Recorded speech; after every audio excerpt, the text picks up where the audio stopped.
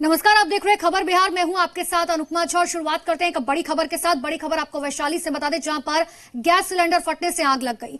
आग लगने से 10 घर जलकर खाक हो गए। घटना वैशाली थाना क्षेत्र के दाऊदनगर धरहरा की बताई जा रही है, जहां संकरी गली होने से दमकल विभाग की गाड़ियां नहीं पहुंच पा रही है।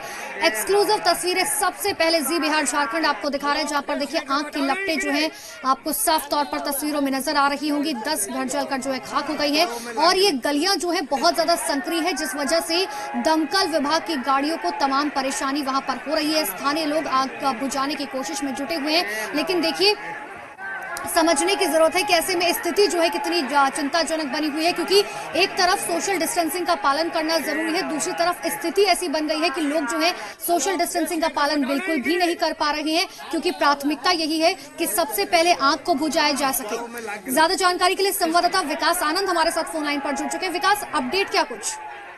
अभी तक आग बुझ नहीं पाया है, क्योंकि जो जगह है वो काफी सकरा जगह है, रास्ता जाने का नहीं है, जिसके कारण दमकल की गाड़ी अंदर तक पहुंच नहीं पा रही है और उसका पाइप भी वहां तक नहीं पहुंच पा रहा है। क्योंकि प्रखंड इलाके में जो दमकल का गाड़ी होता है वो काफी छोटा होता है और उसकी पाइपलाइन इतनी लंबी नहीं होती है। फिलहाल स्थानीय लोग आग पर काबू पाने में जुटे हुए हैं, लेकिन सबसे बड़ी बात है कि चूंकि लॉकडाउन है और सोशल डिस्टेंस का पालन करने के लिए लगातार कहा जा रहा है, लेकिन जैसी परिस्थिति बनी हुई है बिल्कुल वहाँ पे सोशल डिस्टेंस जो है वो मेंटेन नहीं किया जा सकता है और इसकी तस्वीर भी सामने दिख रही है। विकास, लोग और प्रशासन की जो मजबूरी है वो हम समझ सकते हैं, लेकिन अगर जानमाल के नुकसान की बात करें, कितने का बताया जा रहा है कि अब तक कोई आंकड़ा निकलकर सामने आया? जी, अभी तक कोई आंकड़ा नहीं आया, लेकिन इतनी जानकारी मिल पाई है कि तकरीबन 10 घर जलकर पूरी तरीके से राख हो गए हैं और लाखों की संपत्ति निश्चित तौर पर जली होगी। किसी के जान माल का नुकसान अभी तक नहीं हुआ है। जी, बहुत बहुत शुक्रिया विकास तमाम जानकारी के लिए। तो देखिए तस्वीरें आपको लगातार दिखा रहे हैं, एक्सक्लूसिव तस्वीरें सबसे पहले जी बिहार झारखंड पर। स्थिति ऐसी बन गई कि लोग सोशल डिस्टेंसिंग का पालन नहीं कर पा रहे। प्राथमिकता यही कि सबसे पहले आग बुझाई जाए, हालांकि आग पर काबू अब तक नहीं पाया गया। और चलिए अब बढ़ते हैं आगे। लॉकडाउन लागू होने के चलते विभिन्न राज्यों में फंसे प्रवासी मजदूर और पुलिस के बीच झड़पे की खबर लगातार सामने आ रही है। आज ऐसा ही ताजा मामला गुजरात के सूरत में सामने आया, जहां घर जाने की मांग को लेकर पुलिस और प्रवासी मजदूरों के बीच झड़प हो गई। तस्वीरें आपको दिखा रहे हैं सूरत जिले के मोरा गांव की, जहां घर जाने की मांग को लेकर प्रदर्शन करे सैकड़ों प्रवासी मजदूर पुलिस से उलझ गए। घर वापसी की मांग और ट्रेनों की संख्या बढ़ाने को लेकर मजदूरों ने हंगामा किया। मजदूरों ने पुलिस पर पथराव भी किया, जिसके बाद पुलिस ने सख्ती दिखाते हुए 50 से अधिक मजदूरों को गिरफ्तार किया। इलाके में एसआरपी की टुकड़ी तैनात की गई। इससे पहले भी मजदूर प्रदर्शन के लिए सड़कों पर उतर चुके हैं। बिहार, यूपी, उड़ीसा जैसे राज्यों के इन मजदूरों ने मांग की है कि इन्हें जल्द से जल्द इनके घर भेजा जाए, गृह राज्य भेजा जाए, क्योंकि इनके पास ना तो पैसे हैं, ना ही खाने के लिए राशन।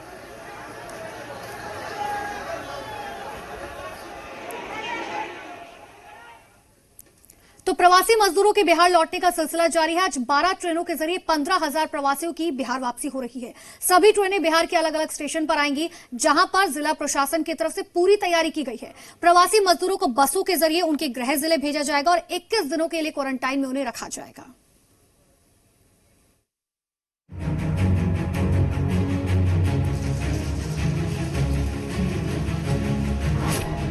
प्रवासी के लौटने का जारी है सिलसिला।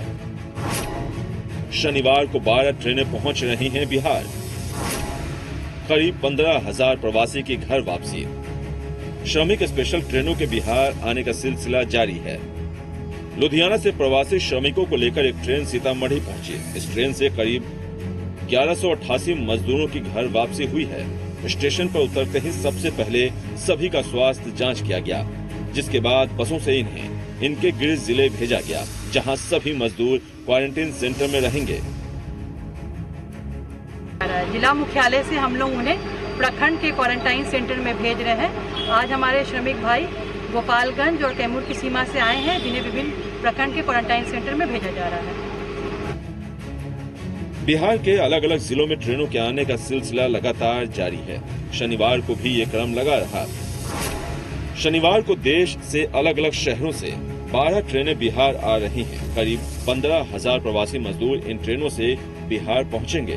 हरियाणा के रोहतक से कटिहार श्रमिक स्पेशल, गुजरात के सूरत से गया श्रमिक स्पेशल, नई दिल्ली से मुजफ्फरपुर श्रमिक स्पेशल, पंजाब के जालंधर कैंट से मुजफ्फरपुर श्रमिक स्पेशल, हरियाणा के अंबाला से भागलपुर श्रमिक स्पेशल, गुजरात के सूरत से छपरा श्रमिक स्पेशल, गुजरात के वडोदरा से दरभंगा श्रमिक स्पेशल, महाराष्ट्र के कल्याण से अररिया श्रमिक स्पेशल, केरल के आलपुषा से बेतिया श्रमिक स्पेशल, पंजाब के लुधियाना से सहरसा श्रमिक स्पेशल, लुधियाना से ही सीतामढ़ी के लिए श्रमिक स्पेशल, उत्तर प्रदेश के अलीगढ़ से पूर्णिया श्रमिक स्पेशल।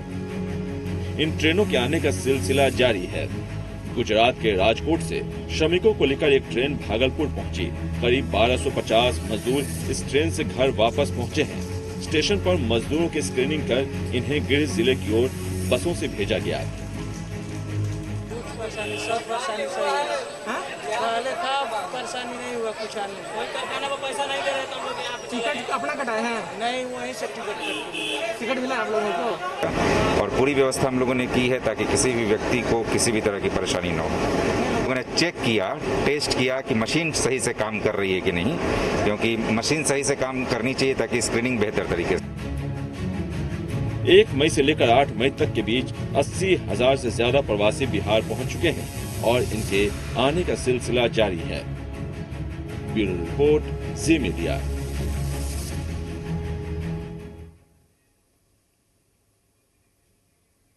तो प्रवासियों के बिहार लौटने का सिलसिला जारी है। अंबाला से 1250 प्रवासियों को लेकर चली ट्रेन शनिवार को भागलपुर पहुंची। स्टेशन पर खुद डीएम और एसएसपी मौजूद रही। ट्रेन से उतरते ही सभी लोगों की स्क्रीनिंग की गई, फिर सभी को नाश्ते का पैकेट और पानी की बोतल दी गई।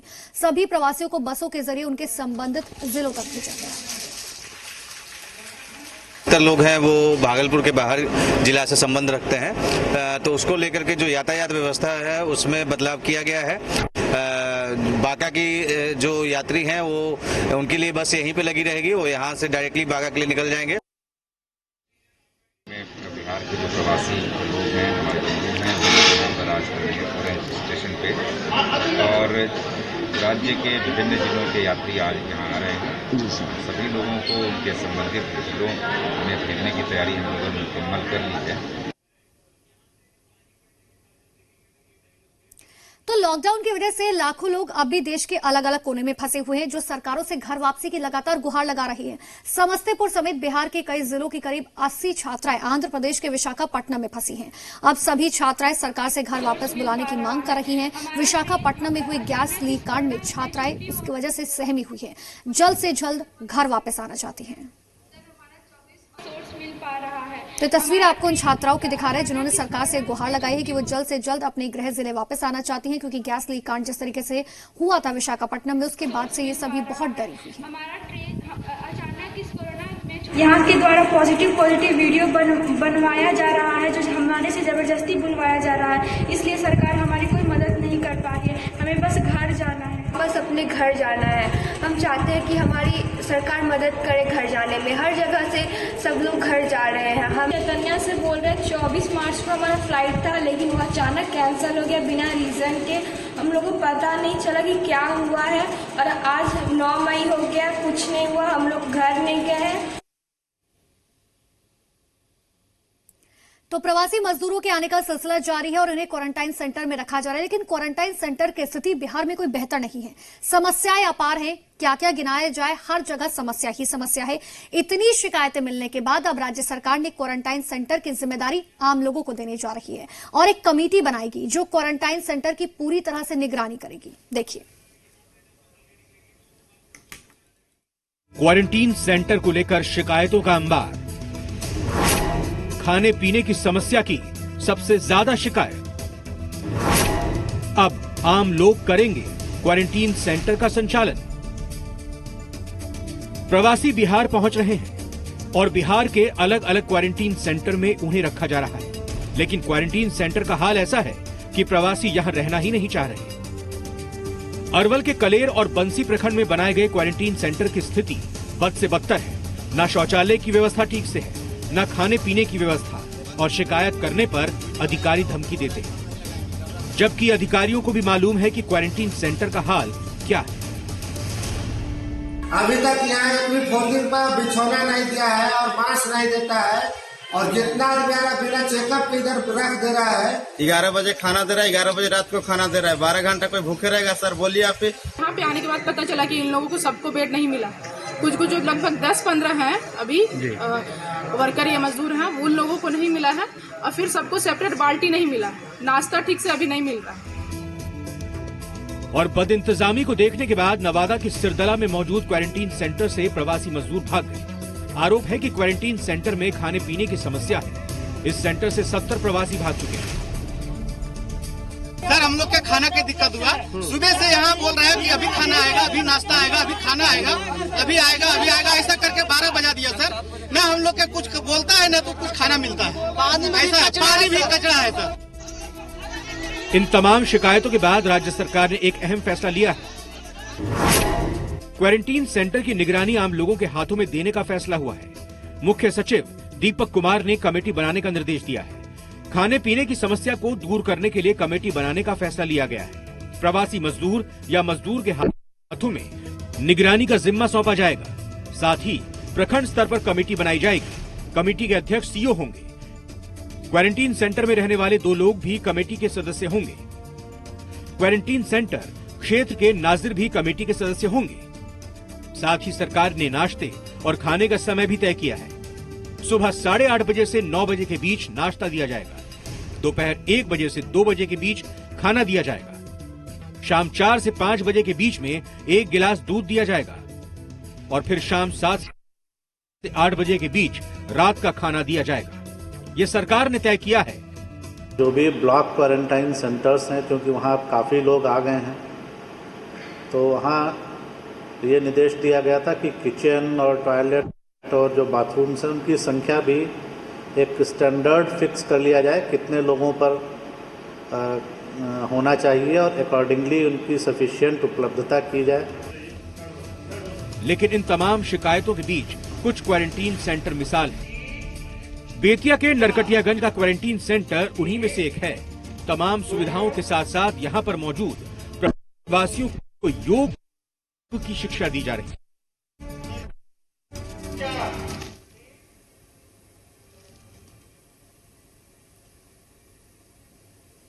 और चलिए अब नजर डाल लेते हैं बिहार में कोरोना के आंकड़ों पर। बिहार में आज कोरोना के 16 नए मामले सामने, जिससे राज्य में संक्रमितों का आंकड़ा बढ़कर 595 तक पहुंच गया। 16 मामलों में शेखपुरा के 1, अरवल के 2, मुजफ्फरपुर के 3, अरवल का 1, सीवान का 1, नालंदा के 2, वैशाली भोजपुर का 1, मुंगेर के 2, बेगूसराय के 2 लोग शामिल है। मुजफ्फरपुर में कोरोना ने दस्तक दी है। इससे पहले मुजफ्फरपुर में कोई मामला नहीं था। बिहार में अभी तक कुल 318 लोग कोरोना से ठीक हो चुके हैं। 5 लोगों की मौत हुई, जबकि बिहार के 37 जिले कोरोना से प्रभावित हैं। और चलिए अब जिलों पर भी नजर डाल लेते हैं। बिहार में 595 कोरोना संक्रमित मामलों में मुंगेर के 104, बक्सर के 56, रोहतास के 54, पटना के 52, नालंदा के 39, सीवान के 33, कैमूर के 32, मधुबनी में 24, गोपालगंज में 18, भोजपुर में 19, औरंगाबाद में 14, बेगूसराय के 16, भागलपुर के 14, पश्चिमी चंपारण के 11, कटिहार के 11, पूर्वी चंपारण में 10, सारण में 8, दरभंगा में 9, समस्तीपुर में 7, गया सीतामढ़ी में 6, अरवल में 8, जहानाबाद में 5, लखीसराय में 4, नवादा में 5, बांका वैशाली में 4, शिवहर में 3, मधेपुरा, अररिया, पूर्णिया, सहरसा, शेखपुरा में 2 मरीज, किशनगंज और सुपौल में 1 मरीज, खगड़िया में 4 और मुजफ्फरपुर के 3 मरीज इस लिस्ट में शामिल हैं। तो लगातार आंकड़ा तेजी से बढ़ता हुआ और जिलेवार तरीके से आपको बता रहे हैं कि आखिर कहां किस जिले में कितने जो है मरीज निकलकर सामने आए हैं। मुजफ्फरपुर में भी अब कोरोना ने दस्तक दे दी है। ऐसे में ये भी इस फहरिस्त में शामिल होता हुआ 318 लोग जो है अब तक ठीक हो चुके हैं। बिहार में 37 जिले कुल मिलाकर बताया जा रहा है जो कोरोना से संक्रमित है।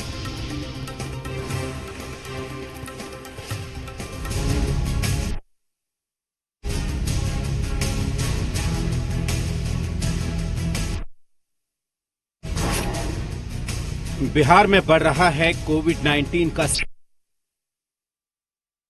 संक्रमण। मुजफ्फरपुर में भी मिला कोरोना पॉजिटिव। 318 मरीजों ने कोरोना को दी पटखनी। आज एक नया जिला जुड़ा है जहां से मामले आए हैं, वो है मुजफ्फरपुर। इस प्रकार कुल 37 जिलों से हम लोग को कोविड-19 पॉजिटिव के मामले अब तक आ चुके हैं। कुल सैंपल जो हम लोगों ने जांच किया है अब तक का 31,552। तो कुल मिलाकर के प्रतिशत जो है कुल जांच का जो पॉजिटिव आ रहा है वो 1.85 है। बिहार में कोविड-19 का अटैक जारी है। संक्रमण तेजी से फैल रहा है। नए जिले भी जद में आ रहे हैं। बिहार में कोरोना का संक्रमण लगातार बढ़ रहा है। मुजफ्फरपुर के मुशहरी में 3 लोग कोरोना पॉजिटिव मिले। तीनों कुछ दिन पहले ही बाहर से लौटे थे। मुजफ्फरपुर को मिलाकर बिहार के 37 जिले कोरोना की जद में आ गए हैं। इन खतरों के बीच राहत की खबर ये है कि अभी तक बिहार में 318 पॉजिटिव मरीजों ने कोरोना को हरा दिया है, जो कुल कोरोना संक्रमितों का 52% है। पटना में बीएमपी के 5 जवान भी कोरोना पॉजिटिव मिले। पटना में कुल 16 कंटेनमेंट जोन बनाए गए हैं।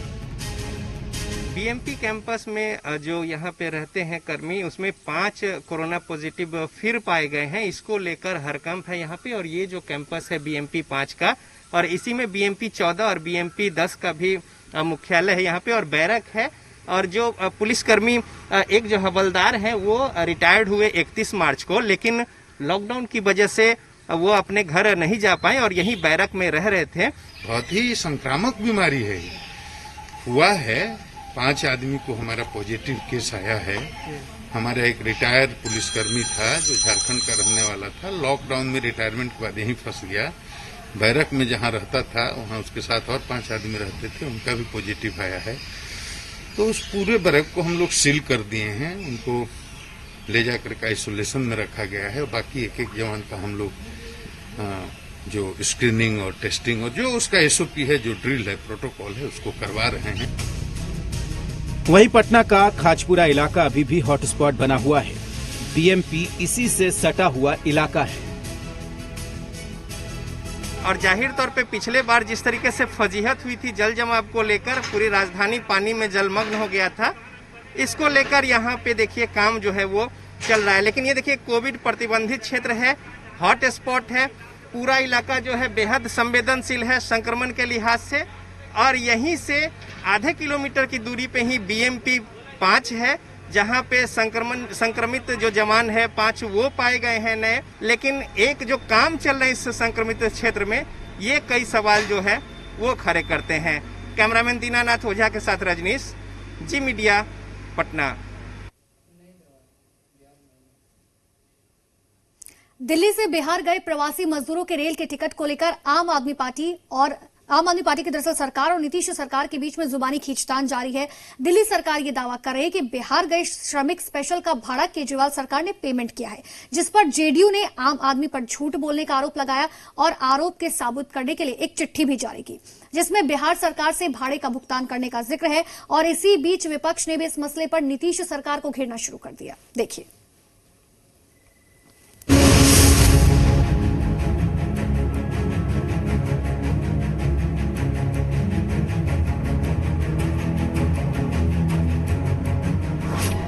प्रवासी के रेल किराए पर आम आदमी पार्टी और जेडीयू में ठनी।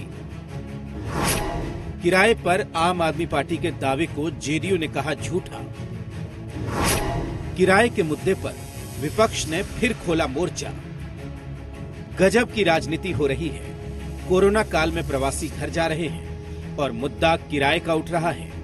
दिल्ली से बिहार के लिए चली ट्रेन के भाड़े पर सियासी किचकिच हो रही है।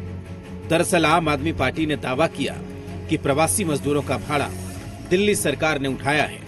बस इसी को लेकर जेडीयू के कमान से तीरों की बौछार होने लगी। और ये पत्र है मेरे पास जो उन्हीं के सरकार के द्वारा भेजा हुआ है बिहार सरकार को, कि जो पैसा श्रमिक को आप दे रहे हैं उसको नहीं दे करके ये पैसा आप दिल्ली सरकार को रीइंबर्स कर दीजिए, वापस कर दीजिए। इससे बड़ा झूठ क्या होगा? एक तरफ आप क्रेडिट ले रहे हैं कि हम भेज रहे हैं अपने पैसा से, दूसरी तरफ बिहार सरकार को बोल रहे हैं पैसा हमको वापस कर दीजिए। अगर उनसे आप कहोगे कि टिकट खरीद लीजिएगा फिर देखेंगे, टिकट खरीदने के पैसे तो थे नहीं, बेचारे 1.5 महीने से कहते घरों के अंदर हैं या कैंप के अंदर थे। वो लोग ज्यादातर कैंप में थे, खाना भी सरकार खिला रही है, कैंप में सरकार रख रही थी उनको, तो उनके पास कहाँ से पैसा आएगा? इसलिए दिल्ली सरकार ने पे कर दिया। लेकिन राजनीतिक आरोप आप लोगों को लगा। राजनीति में कह रहा हूँ, राजनीति ना की जाए तो अच्छा है। अगर कोई ऐसे हैं तो ठीक है, दिल्ली सरकार ने पे कर दिया। दरअसल दिल्ली की आम आदमी पार्टी सरकार ने दावा किया कि बिहार सरकार ने प्रवासी मजदूर के रेल का किराया देने से इनकार कर दिया। आम आदमी पार्टी ने अपने आधिकारिक ट्विटर हैंडल के जरिए मुजफ्फरपुर रवाना हुई ट्रेन का वीडियो पोस्ट करने के साथ लिखा कि बिहार सरकार ने 1200 प्रवासी मजदूरों के रेल का किराया देने से इनकार कर दिया है और अब पूरा खर्च अरविंद केजरीवाल सरकार वहन करेगी। चिट्ठी जारी की। कहा कि केजरीवाल सरकार ने बिहार सरकार से भुगतान करने के लिए कहा है, लेकिन इस बीच मौका विपक्ष को मिल गया और विपक्ष ने नीतीश सरकार पर जमकर हमला बोला। तो वहीं डिप्टी सीएम सुशील मोदी ने कहा कि केंद्र और राज्य सरकार किसी भी सूरत में अनुसूचित जाति और जनजाति के लोगों के अधिकारों की रक्षा करेगा। उनके अधिकारों में किसी तरह की कटौती नहीं होगी। कल बिहार विधानसभा के प्रांगण में अनुसूचित जाति जनजाति से जुड़े जो विधायक है सभी दलों के, उनकी एक बैठक हुई थी और उन्हें कुछ मुद्दे उठाए हैं। मैं उन मुद्दों के बारे में इतना ही कहना चाहूंगा कि केंद्र की श्री नरेंद्र मोदी जी की सरकार अनुसूचित जाति जनजाति के अधिकारों में किसी प्रकार की कटौती नहीं होने देंगे और उनके अधिकारों की रक्षा के लिए पूरी तरह से संकल्पबद्ध हैं। डीजीपी गुप्तेश्वर पांडे के नाम पर फर्जी फेसबुक अकाउंट बनाने वाले शख्स की जोरों शोरों से तलाश की जा रही। डीजीपी ने चेतावनी दी, आरोपी चाहे आकाश में छिप जाए या फिर पाताल में उसे ढूंढ लिया जाएगा। डीजीपी ने सोशल मीडिया का दुरुपयोग कर हेट पोस्ट डालने वालों को जहन्नुम पहुंचाने का ऐलान किया। दरअसल एक शख्स ने डीजीपी के नाम पर फर्जी फेसबुक अकाउंट बना डाला, जिससे एक ही दिन में 10,000 लोग जुड़ गए। हालांकि फर्जीवाड़ा सामने आने के बाद आरोपी ने अकाउंट डिलीट कर दिया था।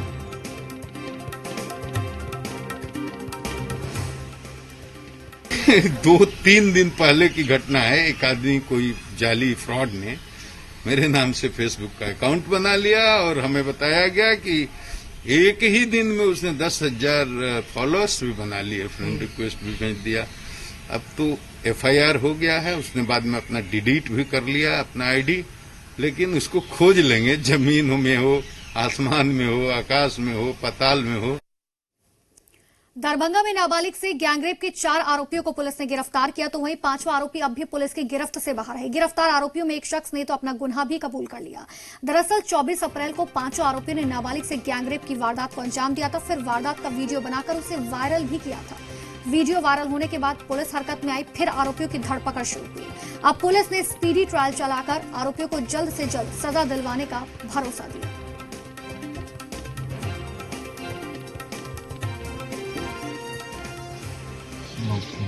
पांच आदमी थे, वीडियो बनाया, उसके बाद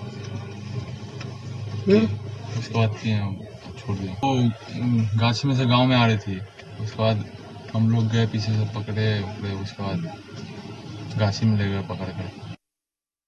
कल शाम को थाने को सूचना मिली थी कि 24 तारीख को कुछ 5 लड़कों ने अपने ही गांव की एक 16 साल की बच्ची के साथ में शाम के टाइम पे सामूहिक रूप से दुष्कर्म किया। इसमें कल ही फिर एफआईआर दर्ज की गई और रात भर में छापामारी करके 4 अभियुक्तों को गिरफ्तार कर लिया गया और एक 5वां अभियुक्त अभी फरार है, उसकी गिरफ्तारी के लिए भी प्रयास किया जा रहा है।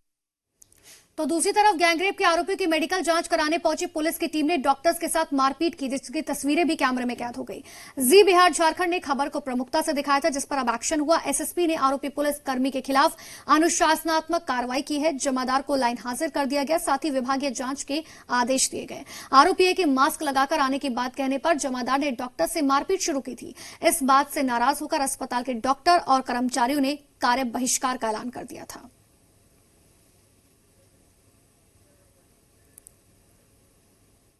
संबंधित पुलिस पदाधिकारी ने शायद इसी बात पे इरिटेट होकर उनके साथ में धक्का मुक्की की और दुर्व्यवहार किया।